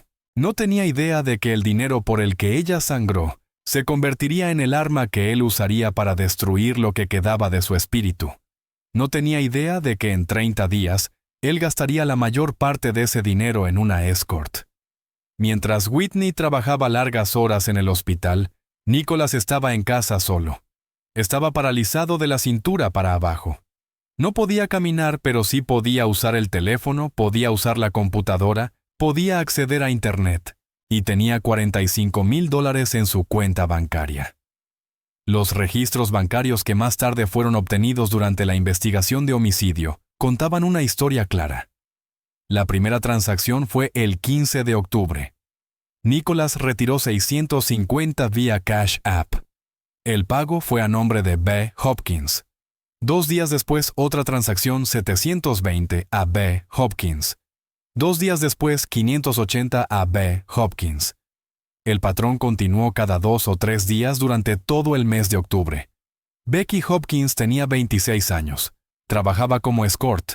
Anunciaba sus servicios en cuentas privadas de redes sociales y sitios exclusivos. Se especializaba en clientes de alto nivel. Sus tarifas eran de $500 a $800 por sesión. Era conocida en la comunidad como una de las call girls elegantes. Conducía un Mercedes. Usaba ropa de diseñador. Llevaba bolsos caros. Su estilo de vida era financiado por hombres que pagaban por su tiempo y servicios. Becky tenía una especialidad servicios para clientes con discapacidades. Eso significaba que tenía experiencia con hombres en sillas de ruedas o con limitaciones físicas. Así fue como Nicholas la encontró. Su amigo Travis Coleman había usado los servicios de Becky antes. Travis se la recomendó cuando Nicholas se quejó de estar solo y frustrado. Travis le envió el contacto de Becky. Nicholas la contactó a mediados de octubre. Su primera sesión fue el 15 de octubre. Nicholas la contactó por Instagram. Le explicó su situación, estaba paralizado, su esposa trabajaba todo el día, él estaba solo en casa y necesitaba compañía. Becky aceptó ir a la casa, cobró $650 por la primera sesión. Nicholas le pagó por Cash App antes de que ella llegara. Becky llegó al adosado a las 10:00 de la mañana. Se quedó 3 horas. Proporcionó bailes privados y servicios sexuales. Nicholas le pagó en efectivo cuando se fue, además del pago por Cash App. Esto se convirtió en una rutina. 2 o 3 veces por semana, Nicholas le enviaba mensajes. Becky iba a la casa mientras Whitney estaba en el trabajo. Llegaba alrededor de las 10:00 a.m. y se iba antes de las 2:00 p.m., siempre antes de que Whitney llegara a casa. Las sesiones duraban entre 2 y 4 horas. Becky llevaba música, bailaba para Nicholas, bebía con él, le ofrecía todos los servicios que él pedía. Nicholas le pagaba por Cash App cada vez. 500 aquí, 700 allá, 600, 800. Los vecinos empezaron a notar cosas. Una mujer llamada Princess Holmes, que vivía 2 casas más abajo, tenía 67 años y estaba jubilada. Pasaba mucho tiempo en casa. Ella comenzó a ver a una mujer joven, bien vestida, llegar regularmente al adosado de Whitney. Y Nicholas siempre a media mañana, siempre en un coche caro. Princess pensó al principio que tal vez era una fisioterapeuta, pero algo no cuadraba. La mujer estaba demasiado bien arreglada para ser una terapeuta, demasiado maquillaje, demasiado llamativa. Princess se lo comentó a su esposo, pero decidieron no meterse. Otro vecino, Gerald Thompson, vio a la misma mujer varias veces. Trabajaba desde casa y tenía vista a la calle. Notó el Mercedes estacionarse. Notó a la joven bajarse con su bolso de diseñador y tacones altos. Notó que siempre se iba alrededor de la 1 o 2 de la tarde. Pensó en decírselo a Whitney, pero no quiso involucrarse. Más tarde le dijo a la policía que se arrepentía de no haber hablado. En el transcurso de 30 días, Nicholas gastó $19,300 en Becky Hopkins. Pero eso no fue todo. Los registros bancarios mostraron gastos adicionales. Nicholas pedía alcohol por delivery en apps como Drizzly, Licor Premium, botellas caras de Hennessy Grey Goose y Patrón. Gastó $12,000 en alcohol en un mes. También apostaba en línea mediante apps como DraftKings y FanDuel. Perdió $8,000 en apuestas deportivas. Ordenaba ropa de diseñador en Internet. Tenis Gucci que nunca podría usar porque no podía caminar. $3,000 en ropa. En total, Nicholas gastó $42,300 en 6 semanas de los $45,000 que Whitney prácticamente sacrificó su vida para reunir. Dejó $2,100 en la cuenta. Se destruyó su propia oportunidad de volver a caminar. Gastó el dinero que su esposa embarazada había ahorrado mientras se saltaba comidas. Pagó a una escort con los fondos destinados a su cirugía y lo hizo sin un solo momento de culpa o duda. La psicóloga criminal, doctora Angela Reeves, analizó la conducta de Nicholas para el caso judicial. Dijo, esto no tenía que ver con sexo o soledad. Tenía que ver con poder y control. Nicholas perdió todo poder físico cuando quedó paralizado. No podía caminar, no podía trabajar. Dependía de Whitney para todo. Esto lo hacía sentir impotente, disminuido. Gastar el dinero de Whitney en una escort le devolvía una sensación de control. Era su manera de reafirmar dominio en una situación donde no tenía ninguno. La crueldad no fue accidental. Usar el dinero ganado con el sacrificio de Whitney era parte del juego de poder. Era un castigo intencional por su propia sensación de fracaso. Becky Hopkins fue entrevistada después por detectives. No mostró ningún remordimiento. Llegó a la estación con su abogado. Respondió a las preguntas de forma fría y sin emoción. Cuando los detectives preguntaron si sabía que Nicholas estaba casado, dijo que sí.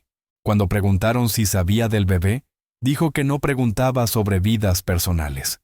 Cuando preguntaron si sabía que el dinero era para su cirugía, dijo, ¿cómo iba yo a saber eso? Cuando preguntaron si sentía alguna responsabilidad, Becky dijo que no.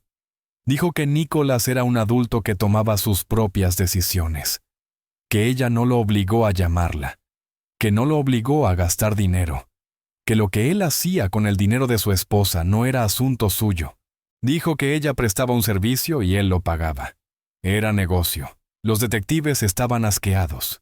Uno le preguntó si tenía conciencia. El abogado le dijo que no respondiera.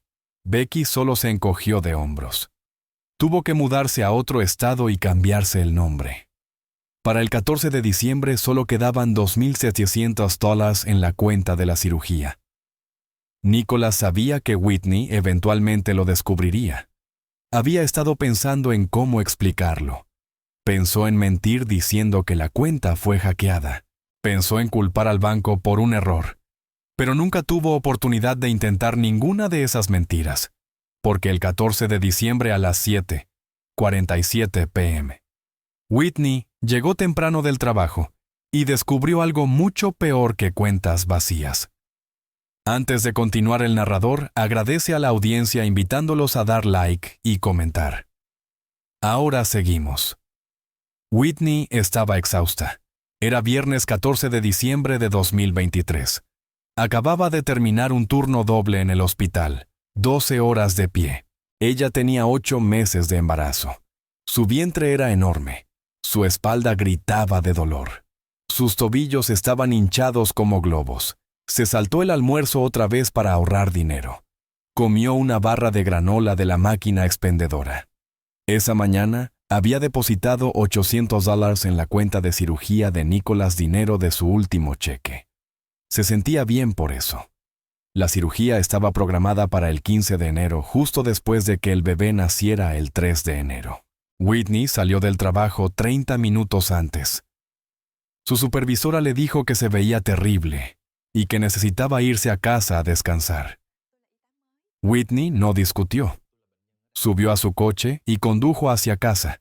Se detuvo en una gasolinera para comprar una botella de agua. La cámara de seguridad de la gasolinera la captó a las 7:25 p.m. Se veía cansada pero en paz. No tenía idea de lo que la esperaba en casa. Whitney entró en la entrada del adosado a las 7:42 p.m. Notó que la luz de la sala estaba encendida. Eso era inusual. Nicholas casi siempre mantenía la casa a oscuras durante el día. Se escuchaba la televisión a través de la ventana, un partido de la NBA Toronto Raptors contra New York Knicks, tercer cuarto. A Nicholas le encantaba el baloncesto. Whitney tomó su bolso y caminó hacia la puerta principal. Puso su llave en la cerradura y la giró en silencio.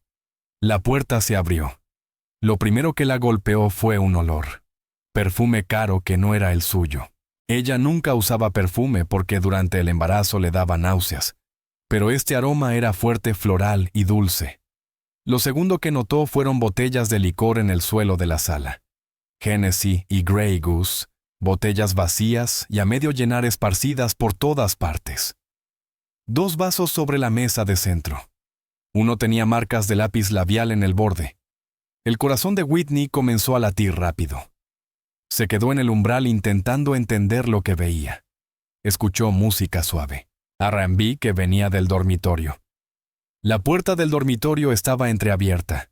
Salía luz por la rendija. Whitney avanzó por el pasillo lentamente. Le temblaban las manos. Llegó a la puerta del dormitorio y la empujó para abrirla. El tiempo se detuvo. Nicholas estaba en su cama. A su lado había una mujer. La mujer estaba dormida, vestida con lencería negra. Su largo cabello estaba extendido sobre la almohada.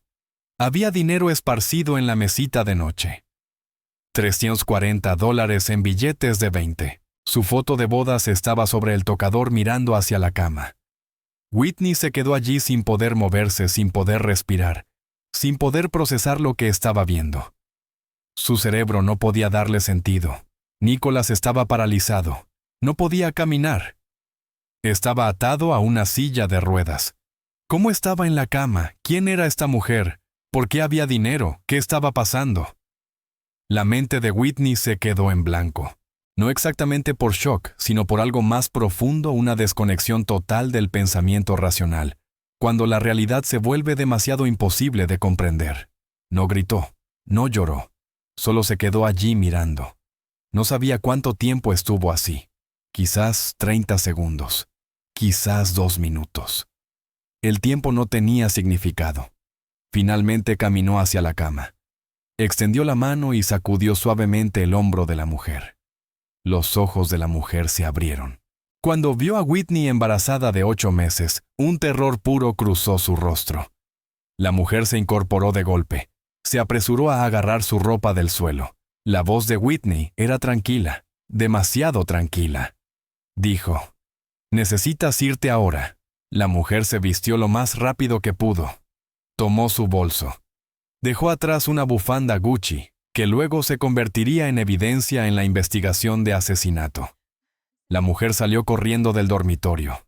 Whitney oyó la puerta principal abrirse y cerrarse. Nicholas despertó con el alboroto. Se incorporó en la cama y vio a Whitney allí. Empezó a decir algo. Whitney levantó una mano. «Detente. No hables». Whitney se sentó en la silla frente a la cama. Nicholas y Whitney se miraron fijamente. El silencio duró una eternidad. Luego Whitney empezó a hablar. Habló durante 4 minutos seguidos. Su voz nunca subió de tono. Nunca gritó. Solo habló. Le dijo a Nicholas que trabajó 60 horas esa semana. Le dijo que se saltó comidas 3 días seguidos para ahorrar dinero.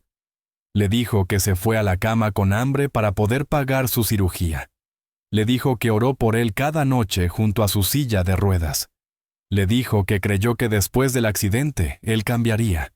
Le dijo que pensó que su bebé significaría algo para él. Pero estaba equivocada en todo. Dijo que Nicholas no solo la traicionó. Usó su sacrificio como un arma contra ella. Tomó todo lo que ella le dio y lo convirtió en dolor. Whitney sacó su teléfono. Le temblaban las manos mientras abría la aplicación del banco. Inició sesión en la cuenta de Nicholas, la cuenta donde estaba el dinero de la cirugía, la misma que revisaba cada pocos días para asegurarse de que estuviera intacto. Miró el saldo, $2,700. El rostro de Whitney no cambió. Estaba más allá del shock, más allá del enojo, más allá de cualquier emoción.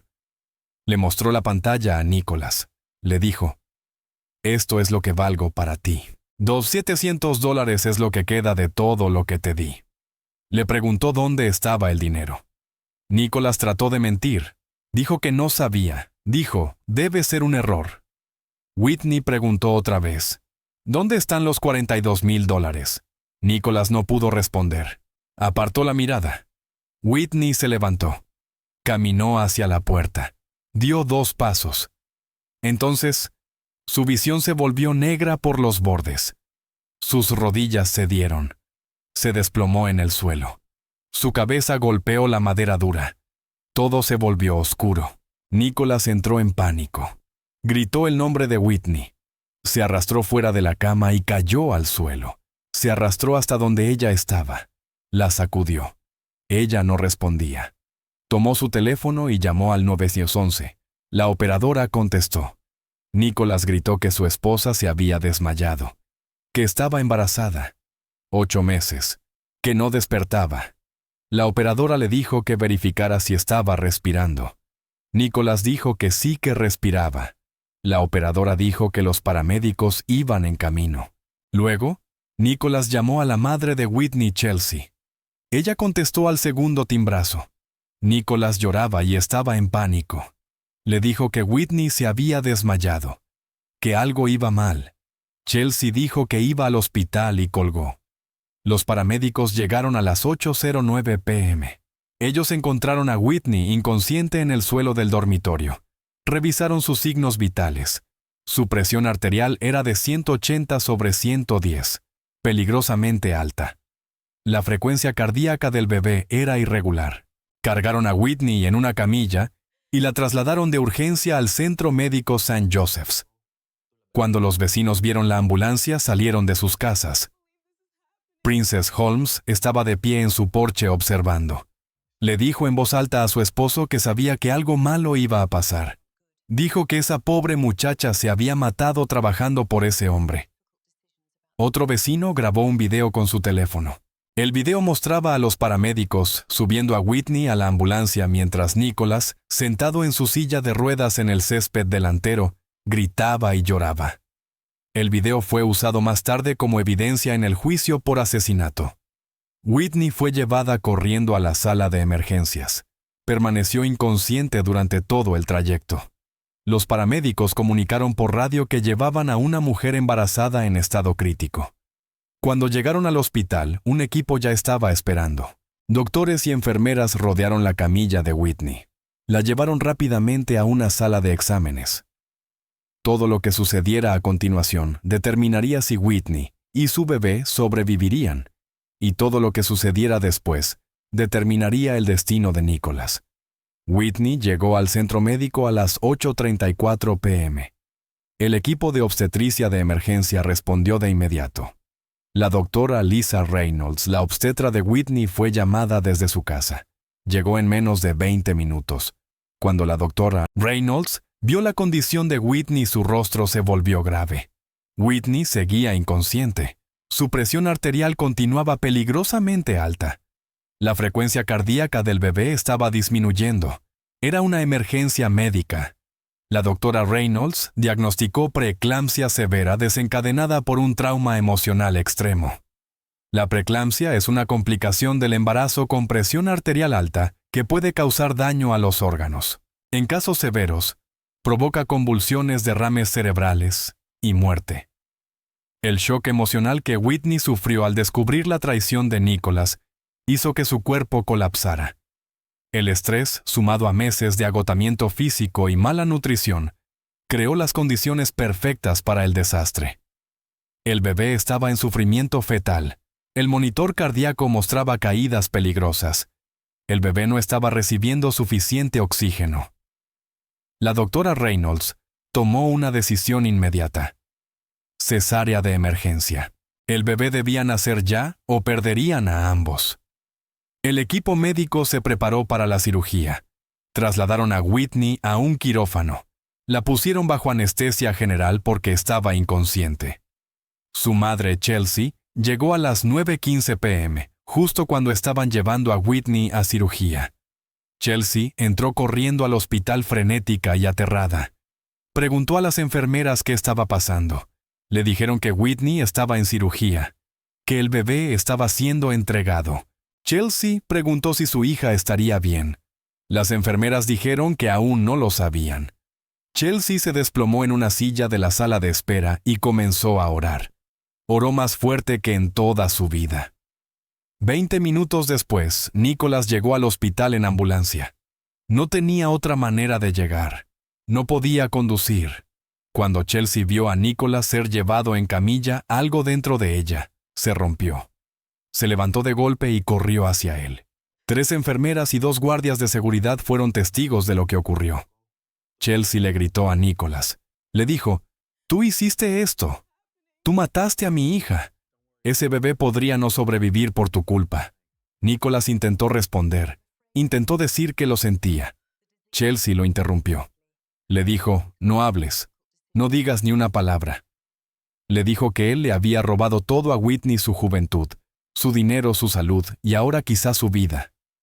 Chelsea llamó a Nicholas una enfermedad. Dijo que era un cáncer que infectaba todo lo que tocaba. Los guardias de seguridad tuvieron que separarla físicamente de Nicholas. Llevaron a Nicholas a otra sala de espera. Le pidieron a Chelsea que se calmara o tendrían que pedirle que abandonara el hospital. Chelsea regresó a su asiento, pero sus manos temblaban de rabia. Había visto a ese hombre destruir la vida de su hija durante 3 años.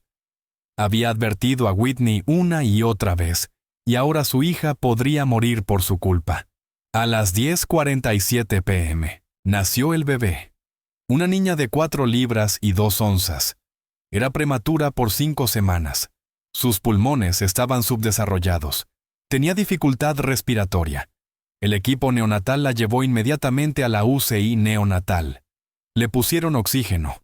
Monitorearon su frecuencia cardíaca y su respiración. La bebé estaba luchando por su vida. La doctora Reynolds salió después de la cirugía para hablar con Chelsea.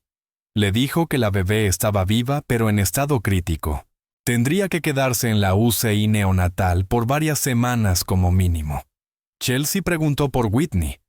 El rostro de la doctora se volvió aún más serio. Dijo que Whitney había caído en un coma inducido médicamente. La preeclampsia había causado inflamación cerebral. El cerebro de Whitney necesitaba tiempo para recuperarse del trauma, tanto el trauma físico de las complicaciones del embarazo, como el trauma emocional del shock. La doctora dijo que no sabían cuándo despertaría Whitney o si despertaría. Chelsea rompió a llorar.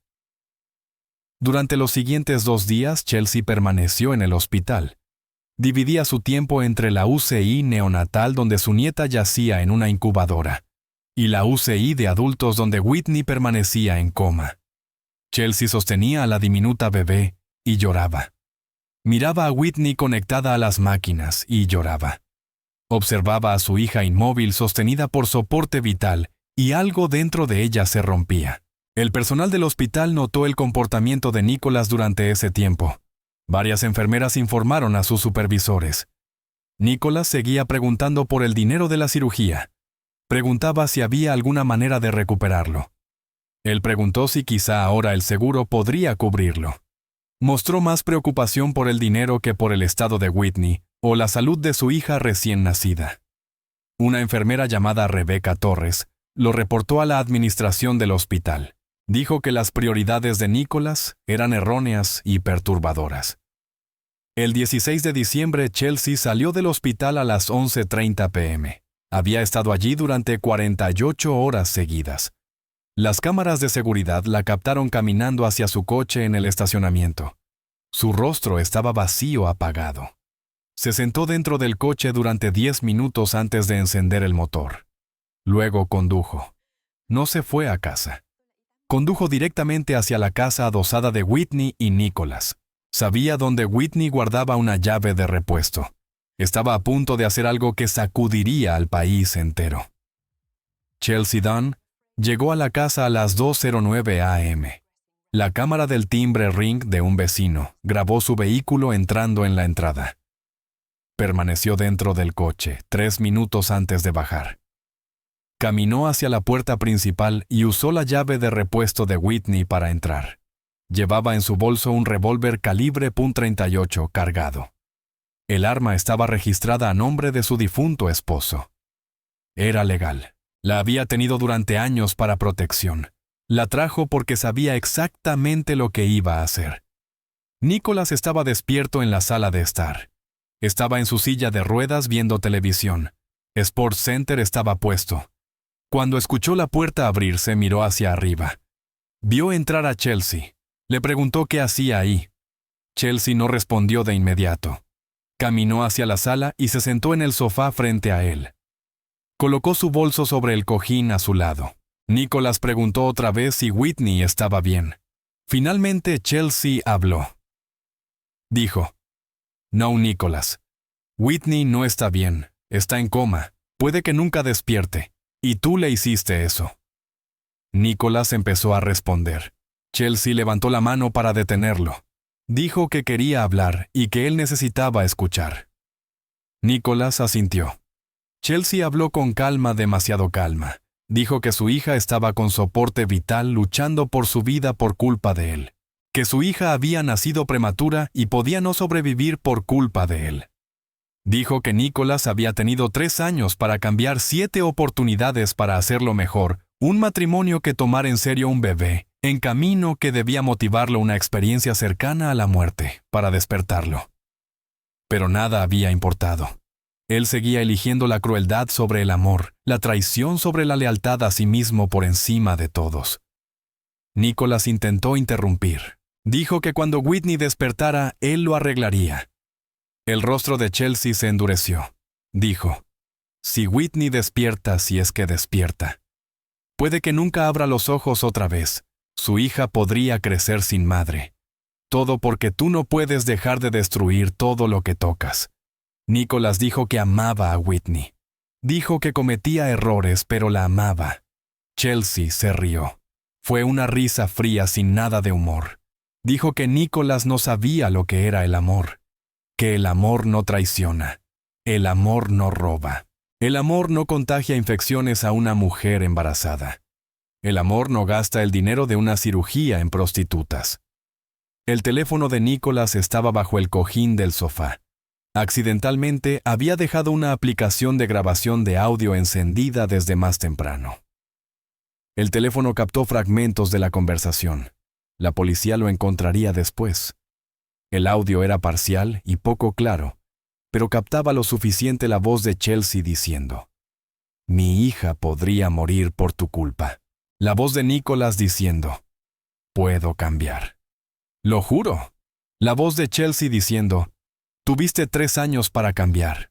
No lo hiciste, no lo harás. Y no voy a dejar que lo sigas lastimando». A las 2:34 am, Chelsea metió la mano en su bolso y sacó el revólver. Nicholas vio el arma y su rostro palideció. Dijo Chelsea: «Por favor».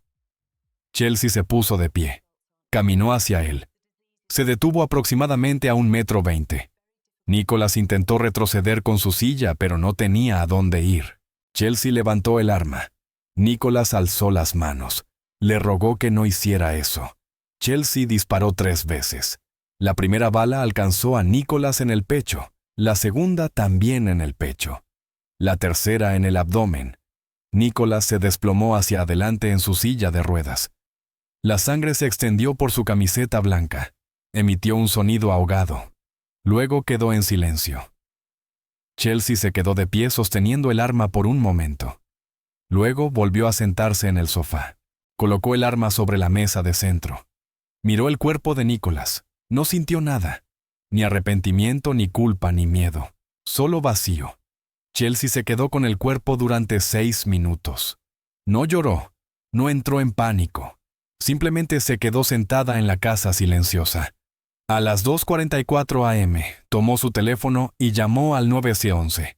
La operadora respondió. La voz de Chelsea era tranquila y firme. Dijo que su nombre era Chelsea Dunn, que estaba en esa dirección, que acababa de dispararle a su yerno, que estaba muerto, que estaría allí cuando llegara la policía. La operadora preguntó si Chelsea estaba herida. Chelsea dijo que no. La operadora preguntó si había alguien más en la casa. Chelsea dijo que solo ella y él. La operadora preguntó si aún tenía el arma. Chelsea dijo que no, que estaba en la mesa, que ya no la sostenía. La operadora preguntó por qué lo había disparado. Chelsea dijo que porque él destruyó a su hija y no iba a permitir que destruyera a nadie más. La policía llegó a las 2:52 am. Los oficiales encontraron a Chelsea sentada en el sofá exactamente como lo había descrito. Sus manos estaban visibles y vacías. El arma estaba sobre la mesa. El cuerpo de Nicholas seguía en la silla de ruedas. Chelsea no se resistió cuando los oficiales le pusieron las esposas. Ella se levantó con calma y caminó hacia el coche policial. No pidió un abogado. No dijo nada excepto que hizo lo que tenía que hacer. En la comisaría, el detective principal Mark Wilson realizó el interrogatorio. Mark tenía 20 años de experiencia en la división de homicidios. Había visto de todo, pero este caso era diferente. Chelsea renunció inicialmente a su derecho a un abogado. Quería hablar. Quería explicar. Mark leyó sus derechos y comenzó a grabar. Chelsea confesó todo. Dijo que lo había planeado, que llevó el arma, que fue a la casa sabiendo exactamente lo que iba a hacer, que disparó a Nicholas 3 veces y lo vio morir. Mark le preguntó si lo lamentaba. Chelsea dijo que no. Dijo que lo haría de nuevo. Explicó todo lo que Nicholas le había hecho a Whitney en 3 años.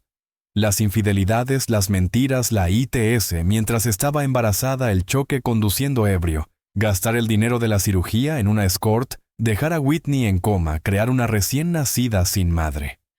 Chelsea dijo que si Whitney despertaba no tendría nada. Sin esposo, sin dinero, con una bebé prematura, con deudas médicas y con un trauma que cargaría para siempre. Pero al menos estaría a salvo. Chelsea dijo que Nicholas no podía cambiar.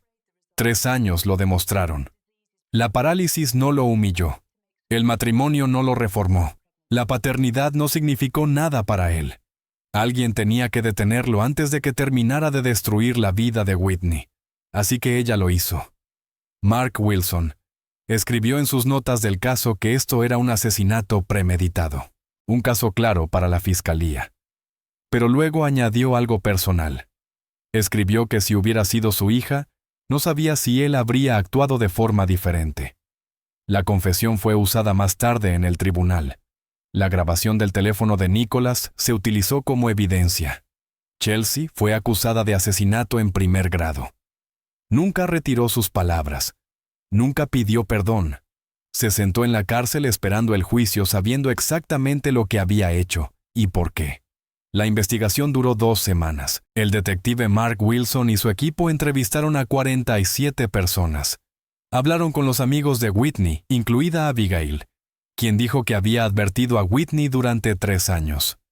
Hablaron con los amigos de Nicholas, incluido Desmond, que admitió haber visto a Nicholas mensajear con mujeres en su propia boda. Hablaron con vecinos que habían visto a Becky Hopkins entrar y salir. Hablaron con personal del hospital que presenció la furia de Chelsea y las extrañas prioridades de Nicholas. La evidencia financiera fue la más clara. Un contador forense analizó todos los registros bancarios de Nicholas. Las transacciones mostraron $19,300 para Becky Hopkins en 30 días, $12,000 en alcohol por entrega, $8,000 en apuestas deportivas, $3,000 en ropa de diseñador. Un total de $42,300 gastados. Solo quedaban $2,700. Los detectives llevaron a Becky Hopkins a interrogatorio. Ella llegó con un abogado. Mostró 0 remordimiento. Cuando le preguntaron si se sentía responsable de lo ocurrido, Becky dijo que no. Dijo que Nicholas era un hombre adulto que tomaba sus propias decisiones. Dijo que lo que él hacía con el dinero de su esposa no era asunto suyo. La entrevista se filtró a los medios. La indignación pública estalló. Becky recibió amenazas de muerte y tuvo que mudarse de estado. Whitney despertó del coma el 26 de diciembre, 12 días después de colapsar. Cuando despertó, las enfermeras le dijeron 3 cosas. Su bebé había nacido prematura. Nicholas estaba muerto. Su madre estaba en la cárcel por asesinato. Whitney se derrumbó totalmente. Pidió ver a su hija. Las enfermeras la llevaron en una silla hasta la UCI. Whitney sostuvo a su diminuta bebé por primera vez y lloró. La llamó Riley O'Neill. El juicio comenzó en marzo de 2024. Chelsea fue acusada de asesinato en primer grado. El fiscal del distrito, Kenneth Harper, argumentó que era un asesinato sencillo y directo. Dijo que la justicia por mano propia no es justicia. Dijo que Chelsea decidió ser juez, jurado y verdugo. Dijo que Nicholas tenía defectos, pero que ningún tribunal lo había sentenciado a muerte. La abogada defensora Simone Richardson argumentó perturbación emocional extrema. Dijo que Chelsea vio a su hija casi morir. Sostuvo a su nieta prematura. Vio la devastación causada por años de abuso. Se quebró. Eso fue una madre protegiendo a su hija. Whitney testificó en el juicio. Fue llevada en silla de ruedas visiblemente débil. Le dijo al jurado que ella amaba a Nicholas, que le dio todo, que trabajó casi hasta morir para salvarlo, y que él usó ese dinero para traicionarla. Dijo que su madre no debería estar allí, que Nicholas debería estar allí respondiendo por lo que hizo. Pero no lo estaba porque alguien tuvo que detenerlo. La sala explotó. El juez pidió orden. Lorraine también testificó. Se derrumbó en el estrado. Admitió que facilitó y alimentó la conducta de Nicholas toda su vida. Dijo que manipuló a Whitney con sueños falsos porque quería que Whitney arreglara a su hijo. Dijo que si alguien debía estar en juicio era ella, que ella creó al monstruo que destruyó la vida de Whitney. Tras 6 horas de deliberación, el jurado emitió un veredicto culpable de asesinato en segundo grado, no en primero. Reconocieron la perturbación emocional extrema. La sentencia llegó 2 semanas después. Chelsea fue condenada a 15 años a cadena perpetua con posibilidad de libertad condicional después de 12 años. El juez permitió que Chelsea se dirigiera al tribunal. Ella dijo que no pedía perdón ni compasión. Sabía las consecuencias. Su hija estaba viva. Su nieta tenía una oportunidad. Si pasar el resto de su vida en prisión significaba que estaban a salvo de Nicholas, ese era el precio que pagaría. La mitad de la sala aplaudió. El juez amenazó con declarar desacato. Mientras se llevaban a Chelsea esposada, ella miró a Whitney por última vez. Whitney le dijo en silencio, «Te amo». Chelsea asintió. Whitney pasó 4 meses recuperándose físicamente. El trauma psicológico continúa.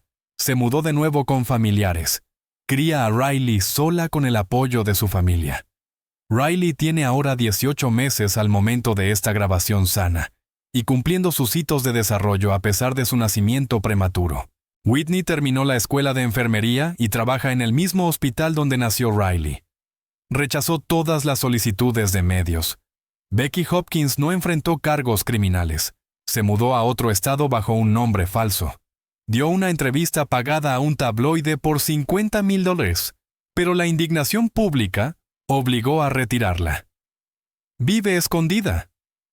Lorraine O'Neill pidió disculpas públicamente a Whitney. Admitió que habilitó a Nicholas y manipuló a Whitney con profecías falsas. Donó el dinero del seguro de vida de Nicholas a organizaciones contra el abuso doméstico. Está separada de su familia. Whitney rechazó tener contacto con ella. El caso generó una conversación nacional sobre el abuso financiero en relaciones de pareja. Varios estados propusieron la ley Whitney, que aumenta las penas por explotación financiera de parejas. 4 estados la aprobaron y hay otros 8 en proceso. El apoyo comunitario hacia Whitney fue abrumador. Un nuevo GoFundMe recaudó $127,000. Whitney lo usó para pagar facturas médicas y asegurar vivienda. Está reconstruyendo su vida lentamente por su hija, por su madre y por ella misma. No es la vida que planeó, pero es la vida que sobrevivió para tener. Si esta historia te impactó, comparte este video. Comenta tus pensamientos. ¿Fue Chelsea una asesina o una madre protegiendo a su hija? Suscríbete a este canal donde investigamos casos que desafían todo lo que creemos sobre la justicia. Si tú o alguien que conoces está en una relación tóxica o abusiva, por favor busca ayuda. Recuerda, irse no es debilidad. Irse es supervivencia. 3 personas entraron en esta historia. Una está en prisión, una está muerta. Una quedó recogiendo los pedazos. Esta no es una historia con un final feliz, es una historia de sobrevivientes. Gracias por ver. Presiona el botón de suscribirte. Dale like a este video. Compártelo con alguien que necesite escucharlo, porque algunas historias no están hechas para entretener.